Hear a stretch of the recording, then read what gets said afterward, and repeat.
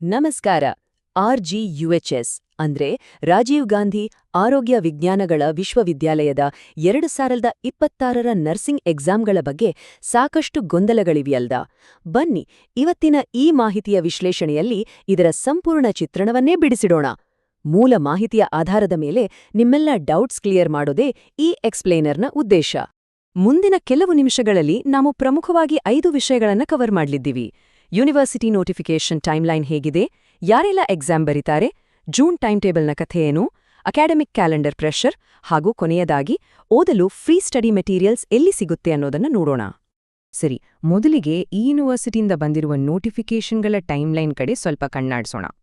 ಇಲ್ಲಿ ನೋಡಿ, ಮಾರ್ಚ್ 27ಕ್ಕೆ ಮೊದಲ ಸುತ್ತೋಲೆ ಬಂತು. ಅದಾದ್ಮೇಲೆ ಏಪ್ರಿಲ್ 10, ಆಮೇಲೆ ಮೇ 11ರ ಇತ್ತೀಚಿನ ನೋಟಿಫಿಕೇಷನ್ ಬರೋವರೆಗೂ ಒಂದು ದೊಡ್ಡ ಕಾಯುವಿಕೆಯೇ ಇತ್ತು.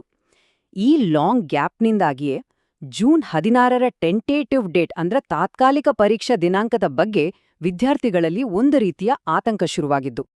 ಇನ್ನು ಎರಡನೇ ಮುಖ್ಯವಾದ ಪ್ರಶ್ನೆ ಅಂದ್ರೆ, ಅಸಲಿಗೆ ಈ ಬಾರಿ ಯಾವ್ಯಾವ ಬ್ಯಾಚ್ನವರು ಎಕ್ಸಾಮ್ ಬರೀತಾ ಇದ್ದಾರೆ?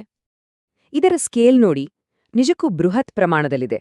ಒಂದು ಕಡೆ ರೆಗ್ಯುಲರ್ ಸೆಮೆಸ್ಟರ್ ವಿದ್ಯಾರ್ಥಿಗಳು ಅಂದ್ರೆ 1, 3, 5 ಮತ್ತೆ 7 ಸೆಮೆಸ್ಟರ್. ಇನ್ನೊಂದು ಕಡೆ ಪೂರಕ ಪರೀಕ್ಷೆ ಅಂದ್ರೆ ಸಪ್ಲಿಮೆಂಟರಿ ಬರೆಯೋವರ ಒಂದು ದೊಡ್ಡ ಲಿಸ್ಟೇ ಇದೆ. BSc, ಪೋಸ್ಟ್ ಬೇಸಿಕ್, MSc ಹೀಗೆ ಎಲ್ಲರಿಗೂ ಒಟ್ಟಿಗೆ ಎಕ್ಸಾಮ್ಸ್ ನಡೆಯುತ್ತೆ ಅನ್ನೋದು ಈ ಪಟ್ಟಿಯಿಂದ ಸ್ಪಷ್ಟವಾಗ್ತಿದೆ. ಬ್ಯಾಚ್ಗಳು ಯಾವ್ಯಾವು ಅಂತ ಗೊತ್ತಾಯ್ತು. ಈಗ ಎಲ್ಲರ ತಲೆಯಲ್ಲೂ ಇರೋ ಅತ್ಯಂತ ನಿರ್ಣಾಯಕ ವಿಚಾರಕ್ಕೆ ಬರೋಣ. ಅದೇ ಜೂನ್ ತಿಂಗಳ ತಾತ್ಕಾಲಿಕ ವೇಳಾಪಟ್ಟಿ.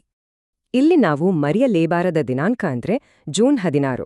ಯಾಕಂದ್ರೆ ಪ್ರತಿಯೊಂದು ಸಬ್ಜೆಕ್ಟ್ ವೈಸ್ ಟೈಮ್ ಟೇಬಲ್ ಇನ್ನೂ ಬಂದಿಲ್ಲದೇ ಇರ್ಬೋದು, ಆದ್ರೆ ಈ ಎಲ್ಲಾ ವಿಭಿನ್ನ ಬ್ಯಾಚ್ಗಳಿಗೂ ಇದೇ ದಿನಾಂಕದ ಆಸುಪಾಸಿನಲ್ಲೇ ಎಕ್ಸಾಮ್ಸ್ ಶುರುವಾಗೋ ಸಾಧ್ಯತೆಗಳು 100ಕ್ಕೆ 100ರಷ್ಟಿದೆ.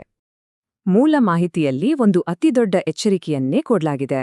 ಅದೇನಂದ್ರೆ, ದಯವಿಟ್ಟು ಫೈನಲ್ ಟೈಮ್ ಟೇಬಲ್ ಬರೋವರೆಗೂ ಓದೋಕೆ ಕಾಯ್ಬೇಡಿ. ಅದು ಯಾವಾಗ್ ಬೇಕಾದ್ರೂ ಸಡನ್ಟಾಗಿ ರಿಲೀಸ್ ಆಗ್ಬೋದು, ಆಮೇಲೆ ಕೊನೆ ಗಳಿಗೆಯಲ್ಲಿ ಓದೋಕೆ ಸ್ವಲ್ಪನೂ ಟೈಮ್ ಸಿಗಲ್ಲ. ಸೊ ಪ್ರಿಪರೇಷನ್ ಈಗ್ಲೇ ಶುರು ಮಾಡ್ಬಿಡಿ. ಆದ್ರೆ ಈ ಇಂಟರ್ನಲ್ಸ್ ಮತ್ತೆ ಎಕ್ಸಾಮ್ಗಳನ್ನು ಮುಗಿಸಲು ಕಾಲೇಜುಗಳು ಯಾಕೆಷ್ಟು ತರಾತುರಿ ಮಾಡ್ತಿವೆ?